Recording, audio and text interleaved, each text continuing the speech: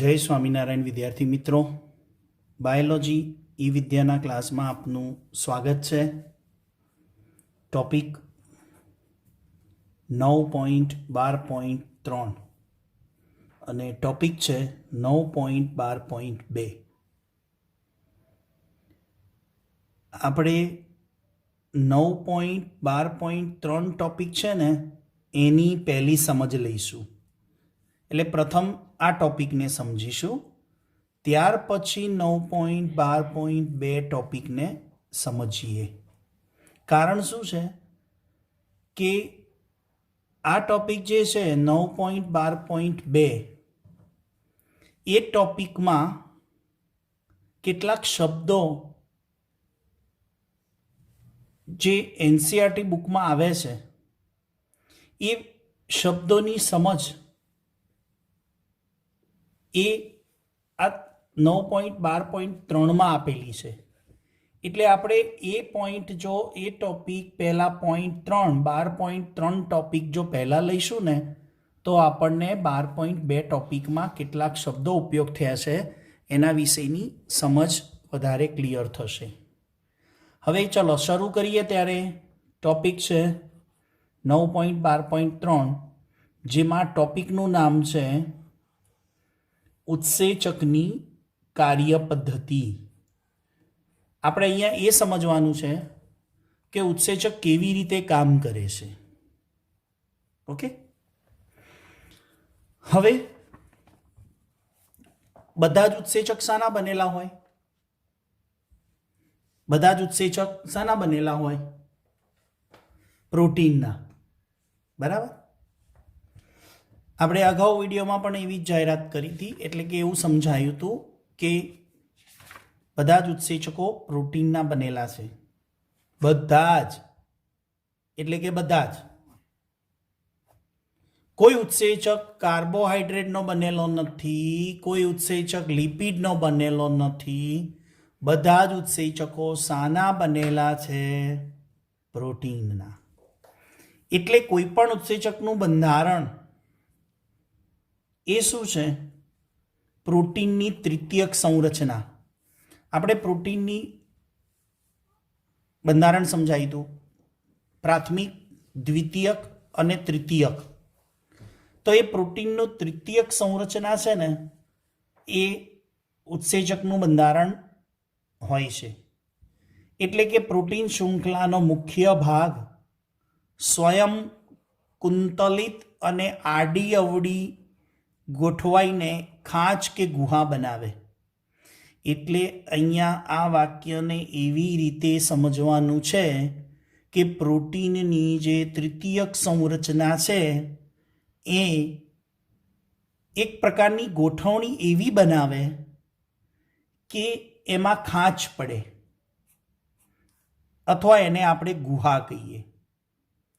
તો અહીંયા આકૃતિમાં સમજ માટે જુઓ, એક આઈડિયા આપ્યો છે કે પ્રોટીનની તૃતીયક સંરચના હોય એની અંદર આવી ખાંચ પડે. આમ 3D એનિમેશન જુઓ ને તો આવું આવે. 3D એનિમેશનની અંદર આ જે બનીને એ ખાંચ કહેવાય, અને આ જે છે ને પ્રોટીનનું તૃતીયક સ્વરૂપ છે. ઓકે, પણ એને આપણે આવી રીતે સમજીશું સમગ્ર ટોપિકની અંદર. તો આ એક ઉત્સેચકનું બંધારણ સમજવાનું, અને આ જે પડી એક પ્રકારની વિશિષ્ટ ખાંચ અથવા ગુહા કહેવાય. હવે એ વિશિષ્ટ ખાંચ અથવા ગુહા શું છે? તો એ સક્રિય સ્થાન કહેવાય. હવે તમે કહેશો કે સાહેબ પ્રોટીનની શૃંખલામાં આવી જે વિશિષ્ટ ગુહા કે ખાંચ છે એ તો ખબર પડી કેવી રીતે ગોઠવાય, કે એટલો ભાગ આપણને ખાંચ સ્વરૂપે દેખાય, જે કેવિટી ગુહા તરીકે બની શકે. પણ આ સક્રિય સ્થાન એટલે શું? તો એની આપણે સમજ અહીંયા લઈએ. સક્રિય સ્થાન એટલે એક એવું સ્થાન કે પ્રક્રિયાર્થી સાથે જોડાઈ શકે. હવે હું તમને સમજાવું. ઉત્સેચકને તમારે સમજવાનું તાળું એટલે કે લોક. ઉત્સેચકને શું સમજવાનું તમારે? તાળું સમજવું અથવા લોક સમજવું. અને પ્રક્રિયાર્થી છે એને તમારે ચાવી સમજવી. શું સમજવાનું? ચાવી.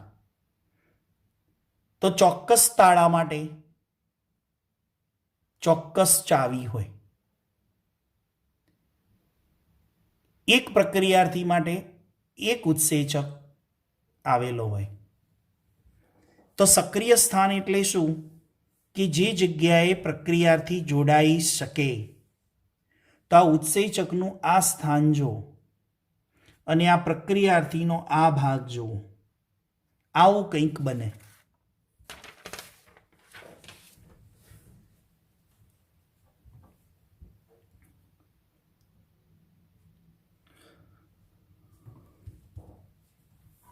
આ ઉત્સેચક છે, ઓકે, અને આ પ્રક્રિયાર્થી છે. તો જો ઉત્સેચક પ્રક્રિયાર્થી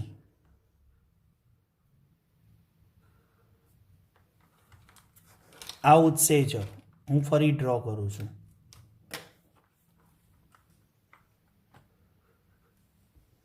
છે ને? બંધબેસતો ગોઠવાય કે નહીં? પ્રક્રિયાર્થીનો આકાર કોઈ પણ દોરી શકો, પણ એનો પ્રક્રિયાર્થીનો એક ભાગ એટલે આ પ્રક્રિયાર્થી છે જેને એસ એટલે સબસ્ટન્સ.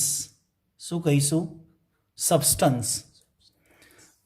પ્રક્રિયાર્થીનો એક આવો ભાગ પણ હોઈ શકે કે આ ભાગ હોઈ શકે, પણ તમે સમજો છો કે આ ભાગ આવે કે આ ભાગ આવે, પણ ઉત્સેચકની આ ખાંચમાં બંધ બેસતો આવે. તમારા ઘરનું તાળું હોય તો એ તાળાની ચાવી જ લાગશે. મારા ઘરના તાળાની ચાવી તમારા ઘરના તાળાની અંદર ન લાગે. સમજ પડી? એટલે જેવો ઉત્સેચક હોય એમને એવો જ પ્રક્રિયાર્થી હોય. માલ્ટેજ હોય તો આ માલ્ટોઝ જ હોય.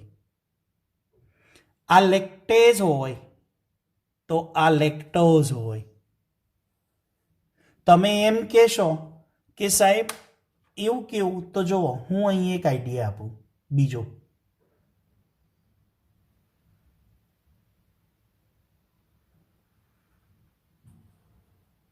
આ ઉત્સેચક છે, બરાબર? મેં અહીંયા થોડુંક સમજવા માટે તમને દોર્યું. આ એન્ઝાઇમ, ઓકે, આ છે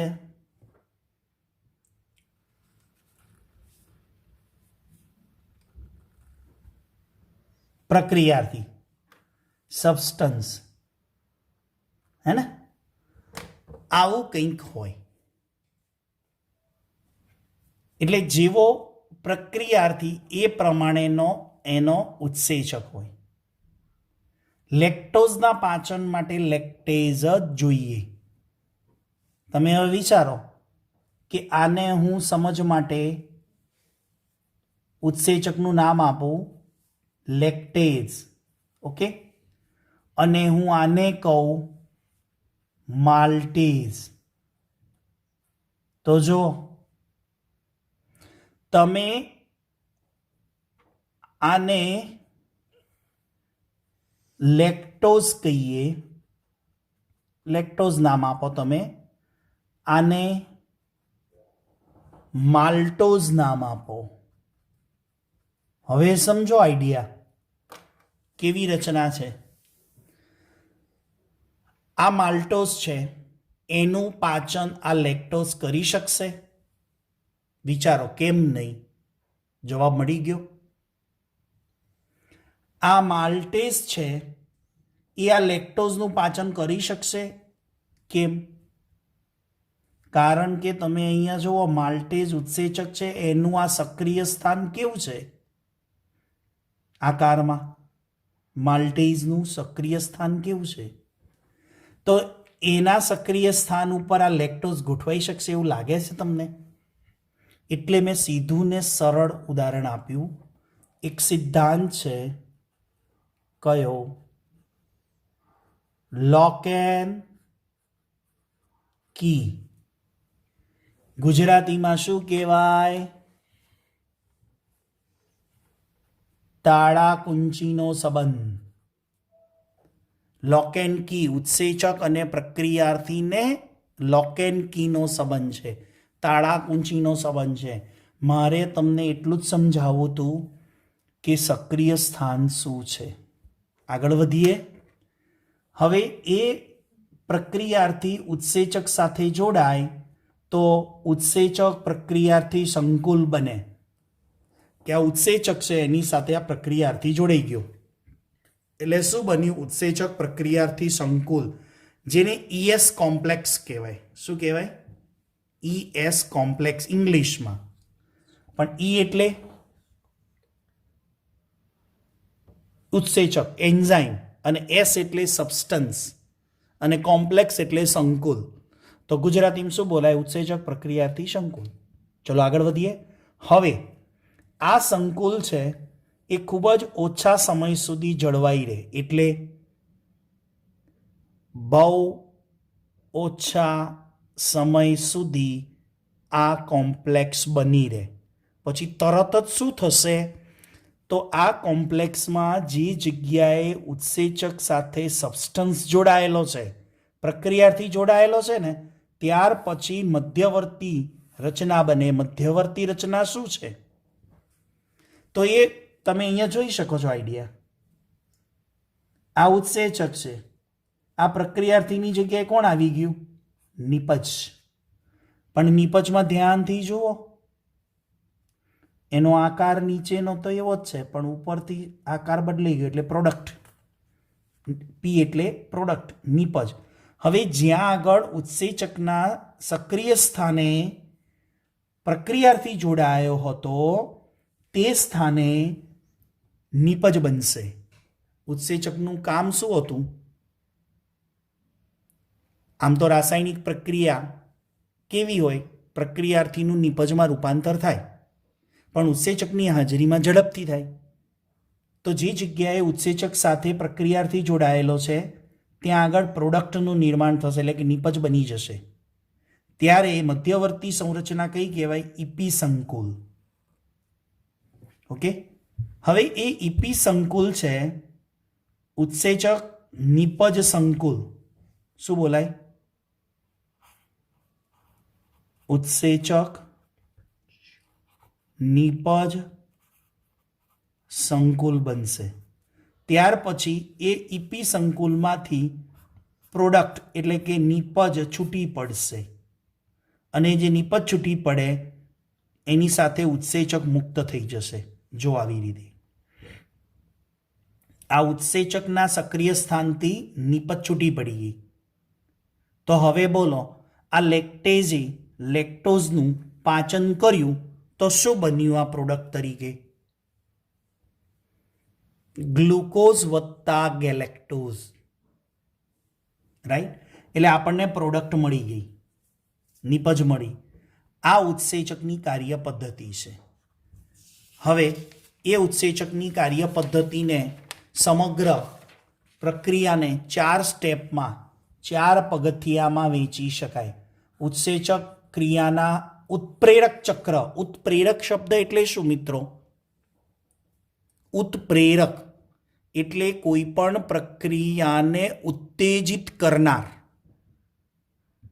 કોઈ પણ રાસાયણિક પ્રક્રિયાને ઉત્તેજિત કરનાર એટલે કોણ? ઉત્સેચક. અને આપણે એને ઉત્પ્રેરિત પ્રક્રિયા કહીશું. ચોપડીમાં ઘણી જગ્યાએ તમને ઉત્પ્રેરિત શબ્દ વપરાય છે. તો ઉત્પ્રેરક અથવા ઉત્પ્રેરિતનો અર્થ શું? કે જેને પ્રક્રિયામાં ઉત્તેજના આપી છે તેને ઉત્પ્રેરક કહેવાય, અને એવી પ્રક્રિયાને ઉત્પ્રેરિત કહેવાય છે. સમજણ પડી? તો એનસીઆરટી બુકમાં ચેપ્ટર નંબર જે આપણું ચાલે છે 11th સાયન્સ ચેપ્ટર 9 એનું પેજ નંબર, એના ઉપર આ 4 સેન્ટેન્સ આપ્યા છે જે મોસ્ટ આઈએમપી તરીકે પૂછાય. કે ઉત્સેચકની કાર્યપદ્ધતિના 4 પગથિયા સમજાવો, 4 ચક્ર. પેજ નંબર છે 157, 157 નંબરના પેજ ઉપર. પણ એ પહેલાં આપણે જે ઉત્સેચકની કાર્યપદ્ધતિ હમણાં જે બતાવી, સમજાવી, એનો એક આઈડિયા તમને અહીંયા આકૃતિ સ્વરૂપે એક આખી સમગ્ર પ્રક્રિયાને જુઓ, સમજી લો. દેખાય છે? ઓકે. હવે આ જુઓ, ઉત્સેચકની કાર્યપદ્ધતિ જે આપણે આકૃતિ દોરીને સમજાવીએ. તો આ કોણ છે? ઉત્સેચક છે. ઉત્સેચક ઉપર આ શું છે? સક્રિય સ્થાન. હવે એ સક્રિય સ્થાન છે ત્યાં કોણ આવે? પ્રક્રિયાર્થી, એટલે જે આપણે પ્રક્રિયાર્થી વાપરીએ છીએ તે. હવે ઉત્સેચક અને પ્રક્રિયાર્થી જોડાઈને શું બનાવે? ઉત્સેચક પ્રક્રિયાર્થી સંકુલ ES કોમ્પ્લેક્સ બનાવશે. હવે ઉત્સેચકના સક્રિય સ્થાન ઉપર પ્રક્રિયાર્થી જોડાઈ ગયો તો એ પ્રક્રિયાર્થીના સ્થાને શું બનશે? નિપજ બનશે. શું બનશે? નિપજ. ત્યારે એ વખતે મધ્યવર્તી સંરચના શું બની? ઇપી સંકુલ. શું બનશે? ઇપી સંકુલ બનશે. ત્યાર પછી શું થાય? નિપજ છૂટી પડશે. ઉત્સેચકના સક્રિય સ્થાનથી નિપજ છૂટી પડી ગઈ અને પાછો આપણને શું મળી ગયો? મૂળ સ્વરૂપે ઉત્સેચક પાછો મળી ગયો. એટલે ઉત્સેચકની વ્યાખ્યામાં શું હતું કે ઉત્સેચકો પ્રક્રિયાનો દર વધારે છે, પણ પ્રક્રિયામાં ભાગ પણ લે છે. પણ એટલે એમ કેમિસ્ટ્રી પ્રમાણે તો એવું બોલાય કે પ્રક્રિયામાં ભાગ લેતા નથી, પણ પ્રક્રિયામાં ભાગ કઈ રીતે લે છે? એનો વેગ વધારવા. પણ ઉત્સેચકની એમાં તોડફોડ થતી નથી, ઉત્સેચક તૂટતો નથી, ઉત્સેચક એમના એમ રહેશે. એટલે પ્રક્રિયાને અંતે પાછો ઉત્સેચક મૂળ સ્વરૂપે પાછો મળી ગયો. જુઓ, એટલે ઉત્સેચક પ્રક્રિયા દરમિયાન એવું બોલાય કે ઉત્સેચક પ્રક્રિયા દરમિયાન નાશ થતા નથી. જ્યારે અંતઃસ્ત્રાવો એ કેવા છે કે અંતઃસ્ત્રાવની એટલા માટે વાત કરી કે જ્યારે અંતઃસ્ત્રાવ ચાલશે ને ત્યારે હું તમને ઉત્સેચક અને અંતઃસ્ત્રાવનો તફાવત બનાવવાનું કહીશ. તેમાં એક મેઇન તફાવત શું આવે કે ઉત્સેચકો પ્રક્રિયામાં ભાગ લે ને તો પ્રક્રિયાને અંતે પાછા મળે, અને જ્યારે અંતઃસ્ત્રાવ છે ને પ્રક્રિયા દરમિયાન વપરાઈ જાય. That's clear. આ એક આકૃતિ દ્વારા સમજાવવાનો પ્રયત્ન કર્યો કે ઉત્સેચકની કાર્યપદ્ધતિ શું છે. ઓકે, આપણે હવે આગળ જઈએ. પેલા ઉત્સેચકના ઉત્પ્રેરક ચક્રના 4 પગથિયા જે થિયરી સમજ્યા એ જ. પ્રક્રિયાર્થી ઉત્સેચકના સક્રિય સ્થાને જોડાય, પહેલું સ્ટેપ. ખ્યાલ આવી ગયો? પ્રક્રિયાર્થી ઉત્સેચકના સક્રિય સ્થાન સાથે જોડાય એટલે શું બન્યું? ES complex. હવે ઉત્સેચક સાથે જોડાયેલા પ્રક્રિયક ઉત્સેચકને તેના આકારમાં બદલાવ માટે ઉત્તેજે. ઉત્સેચક પ્રક્રિયાર્થીને આકાર બદલવામાં ઉત્તેજે, એટલે કે પ્રક્રિયાર્થીને નિપજમાં ફેરવે, જેથી પ્રક્રિયાર્થીની ફરતે મજબૂતીથી જોડાણ પામી શકે. ત્રીજું સ્ટેપ એટલે કે મધ્યવર્તી સંરચના બને. એમ ઉત્સેચકનું સક્રિય સ્થાન પ્રક્રિયાર્થીના ગાઢ સંપર્કમાં આવવાને કારણે પ્રક્રિયાર્થીના રાસાયણિક બંધ તૂટે. કોના? પ્રક્રિયાર્થીના. એટલે જ મેં હમણાં શબ્દ વાપર્યો, ઉત્સેચકનું કોઈ વિઘટન થતું નથી, ઉત્સેચક તૂટતો નથી. માત્ર કોણ તૂટે? પ્રક્રિયાર્થીના જ રાસાયણિક બંધ તૂટે. અને એ પ્રક્રિયાના રાસાયણિક બંધ તૂટે અને નવા બંધ બને, એમાં ઉત્સેચક નિપજ સંકુલનું નિર્માણ થાય, એટલે કે ઇપી સંકુલ બને. ઓકે, આગળ ચોથું પગથિયું કયું છે કે ઉત્સેચક છે એ નવનિર્મિત નિપજને મુક્ત કરે છે. બરાબર. એટલે ઇપી સંકુલમાંથી ઉત્સેચક અને નિપજ છૂટી પડે. મુક્ત થયેલો ઉત્સેચક પ્રક્રિયાર્થીના અન્ય અણુ સાથે જોડાય. એટલે અહીંયા સમજાયું એમ કે આ મુક્ત થયેલો ઉત્સેચક છે એ નવા પ્રક્રિયાર્થીના અણુ સાથે જોડાય અને ફરી પ્રોસેસ બનાવે, ફરી પ્રોસેસ કરે અને ફરી પાછો મુક્ત થાય, નવા પ્રક્રિયાર્થીના અણુને પકડે, એટલે એ પ્રક્રિયાર્થીને લઈ અને નિપજમાં રૂપાંતર કરશે. આ સમગ્ર ચક્ર ચાલુ રહે ફરીથી, અને પુનઃ ઉત્પ્રેરક ચક્રની શરૂઆત થાય. That's clear. આ થયું ઉત્સેચકની કાર્ય પદ્ધતિ, જેને આપણે કહીએ છીએ ઉત્સેચકની હાજરીમાં પ્રક્રિયાર્થીનું નિપજમાં રૂપાંતર. તો આ મોસ્ટ આઈએમપી ક્વેશ્ચન છે ઉત્સેચકની કાર્ય પદ્ધતિ. તો નેક્સ્ટ વિડીયોની અંદર આગળના ટોપિકની ચર્ચા કરીશું. ત્યાં સુધી સૌ વિદ્યાર્થી મિત્રોને જય સ્વામિનારાયણ.